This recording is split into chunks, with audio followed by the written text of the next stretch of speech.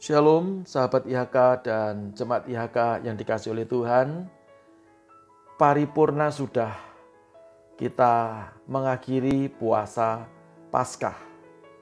Sukacita secara roh memenuhi kita semuanya karena kemenangan besar menjadi milik kita semuanya. Nah, hari ini kita akan belajar tentang renungan pada hari yang ke-6 ini yang berjudul Jangan Kecewa, Janjinya Pasti Digenapi. Tetapi sebelum kita masuk di dalam renungan ini, mari tundukkan kepala kita berdoa terlebih dahulu. Tuhan Yesus yang baik, terima kasih atas anugerah-Mu yang senantiasa melindungi, menyertai kami, sehingga kami dalam keadaan yang baik bisa menyelesaikan puasa sampai hari yang ke-6 ini. Sekarang saatnya kami akan mendengarkan kebenaran firman-Mu. Mari Tuhan urapi dan kuduskan kami, juga telinga kami, mata batin kami, supaya firman ini benar-benar menjadi kekuatan dan kami bisa melakukan dalam kehidupan kami sehari-hari. Demi nama Yesus Tuhan kami berdoa. Haleluya. Amin. Sahabatku yang dikasihi oleh Tuhan, jangan kecewa, janjinya pasti digenapi. Kita akan mengambil bacaan di dalam Injil Lukas pasal yang ke-23, ayat yang ke-52 sampai yang ke-53.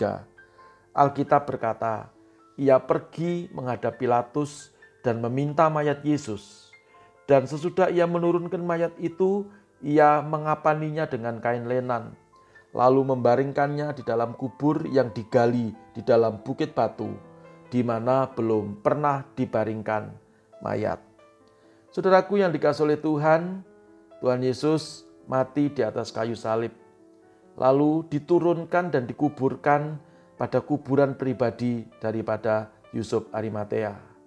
Saudaraku yang dikasihi oleh Tuhan, Sabtu itu menjadi Sabtu sunyi, menjadi Sabtu sepi, dan kita menyebutnya Sabtu suci.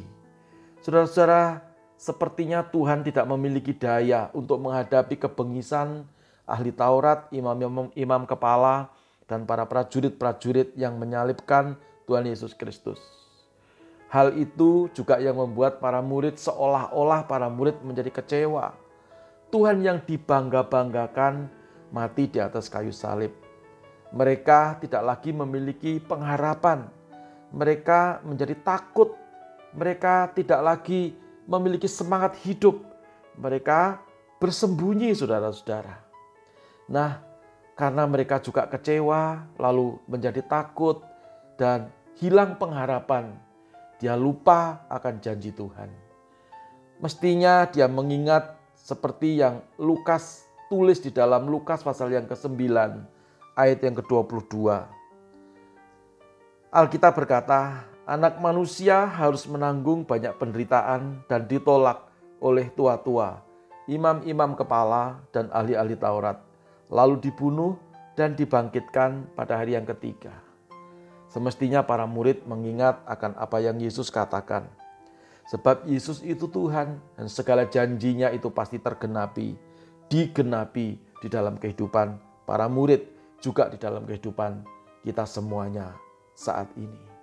Nah, saudara-saudara, mengapa para murid menjadi kecewa? Para murid lupa akan janji Tuhan. Para murid lupa akan firman Tuhan.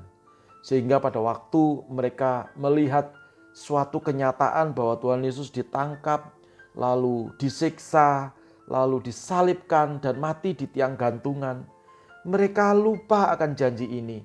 Hatinya sedih, kecut, dan juga mereka menjadi takut, saudara-saudara. Tidak ada lagi pengharapan.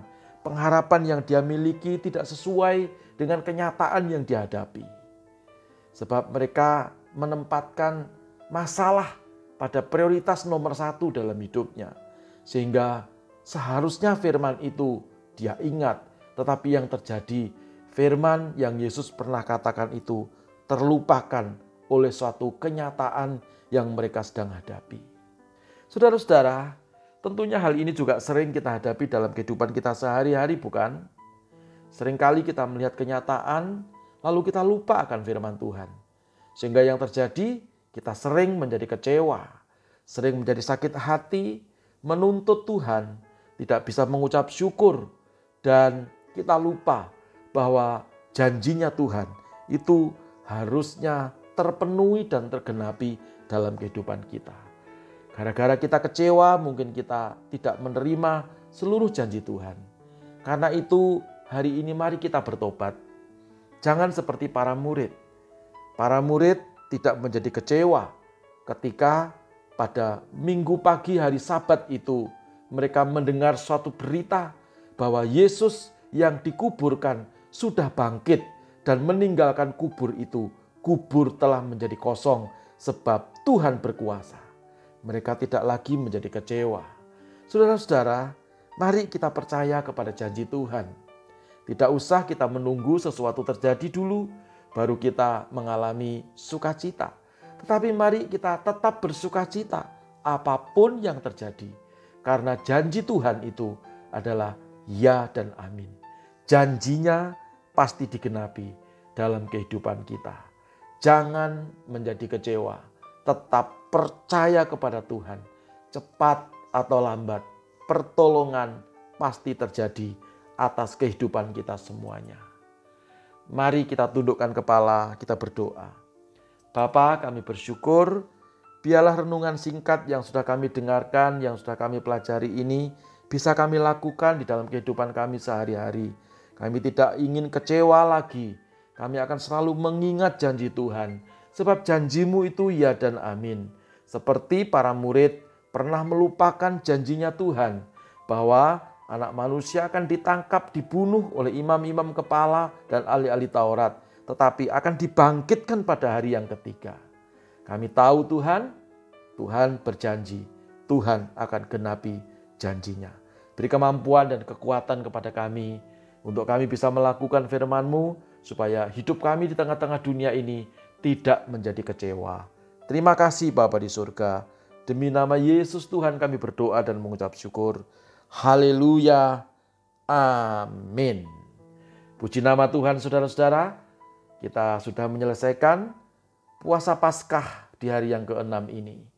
Hari Minggu kita akan merayakan Paskah sebagai puncak iman orang percaya kepada Tuhan Yesus Kristus. Tuhan Yesus memberkati kita semuanya. Salam IHK.